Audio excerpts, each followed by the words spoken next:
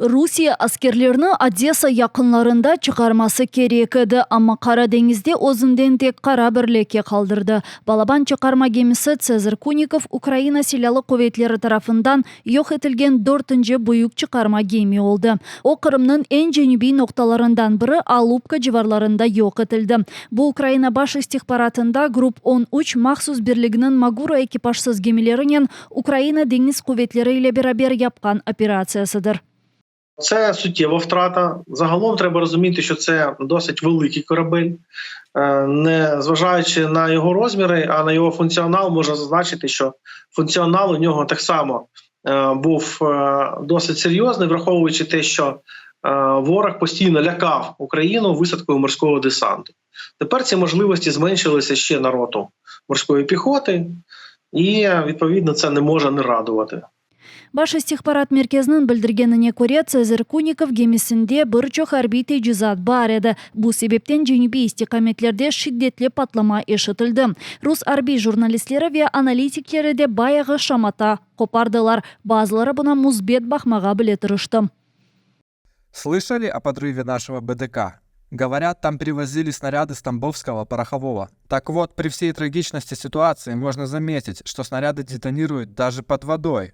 Надеюсь, что теперь не будет нареканий на качество наших порохов. Скоро будут топить суда в алфавитном порядке или по году выпуска. Черноморский флот РФ совершенно беззащитен перед ударами. Цезарь Куников Балабан çıkarma gemisini Kırım yalılarından 4 kilometr uzaklıkta urdular. Bir haç şiddetli patlamadan sonra yerli sakinler gökyüzünde kayıklarga karşı K-27 uçaklarını gördü. Batırılgan gemi yanına ise tezden kurtarıcı gemiler yakınlaşmağa başladı. Ukrayna istihbaratının temsilcisi Andrey Yusov'nun bildirgenine göre gemide birçok işgalci asker yok etildi ve işgalciler ne kadar reddetmeye tırışsa da gemini artık tamir etmek mümkün değil. Весь світ бачить, як ефективно працюють українські морські дрони.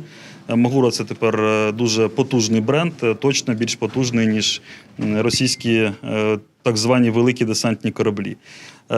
Те, з якою частотою відбуваються подібні успішні операції, власне, показує, що українці вчаться і на своїх операціях, вдосконалюють тактику і стратегію, і, безумовно, такі заходи будуть продовжені.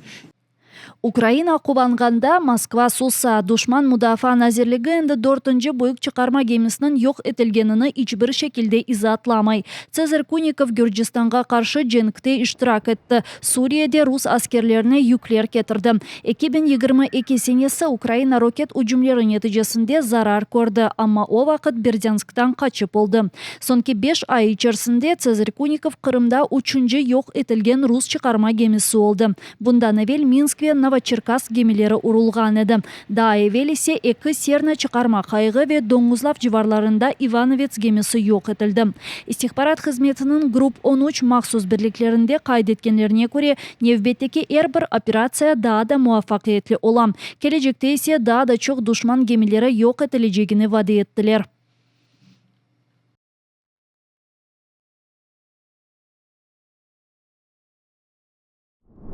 Вся жизнь крымских татар в российском полуострове. Положительные изменения за последние 8 лет. Jurnalist ola biledi, ama o'zining milletine ihanet etib qatelerini aqlay. Rus işgalcilerinin nezareti altında olgan Millet kanalının xadimi Ayşe Shulakova'nı endi resmi şekilde düşmanla işbirlikte qabatlaylar. Kırım prokuraturasında kaydetkenlerine göre Shulakova o'zining çıkışlarında işgalcilerini aqlay ve Rusya'nın Ukraynaga hücumunu şeref ve müdafaa cenki deb adlandıram.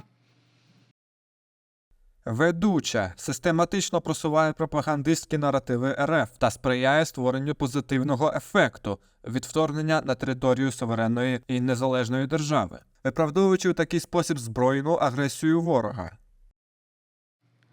Шулакованын кабаты махкемеде испатланган соңра душманнен ишбирлик себебинден она 12 yıl апис жазасы бериле биле. Айша Шулакова ишгалчыларынын медиасында 9 yıldır çalışа. Фикрлерине көре бул созды телеканалынын сейерчилери кырымлылар олмалы еді. Давет етілген мусафирлер ise я ишгалчы акимиет темсилчилери я да Кырым татар халкына иханет эткен базы кишилердир. Олар жанлы yayınlarda Русиянын япкан zulümlerini акламак ле уграша. Санкедерсин ишгаль бу азатлык женг исе мудафадыр. Кырымлыларга каршы репрессияларда исе кырымлыларнын озлері сучлыдыр. Руководство запрещенной в России экстремистской организации «Меджлис» продолжает спекулировать на теме Крыма и крымских татарах.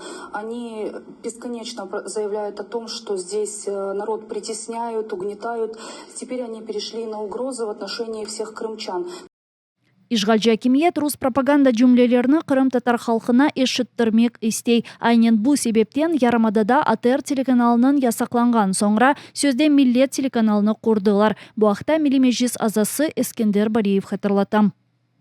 Крымские татары, будучи, скажем, третій за чисельністю частиною кримського населення, крім того, це корінний народ, то для окупантів дуже важливо було б впливати на думку кримськотатарського народу. Тут дійсно кожний, хто, незалежно від того, представник він корінного народу чи представник іншої якоїсь там етнічної групи, хто мешкає в Криму, якщо вони порушили законодавство України, то вони мають відповідати за свої дії.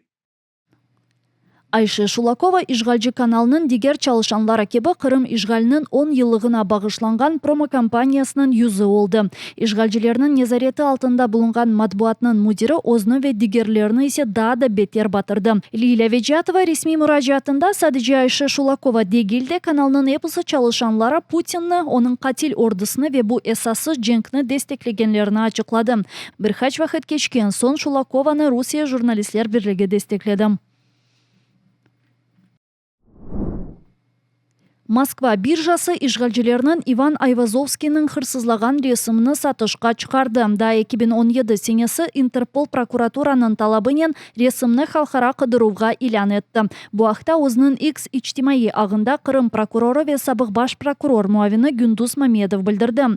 Месячный нич ресими 18 февраль күнү Москва аукцион evinde өткөрүлөжөк. Аукциондун эсас парчасы олажактыр. Сатыш 100 миллион рублейден башлайжак. Бу тахминен $500 million тешкил эте. Хайдеткенлерine көре сатын алган киши ресимini чет элге чыгарып болажак. Ця картина була серед 52 полотен, що були незаконно передані у Сімферопольський художній музей у Криму. Таким чином РФ відкрито нехтує міжнародним правом, адже згідно з Конвенцією ЮНЕСКО 1970 року вивезення культурних цінностей і передача права власності є забороненою.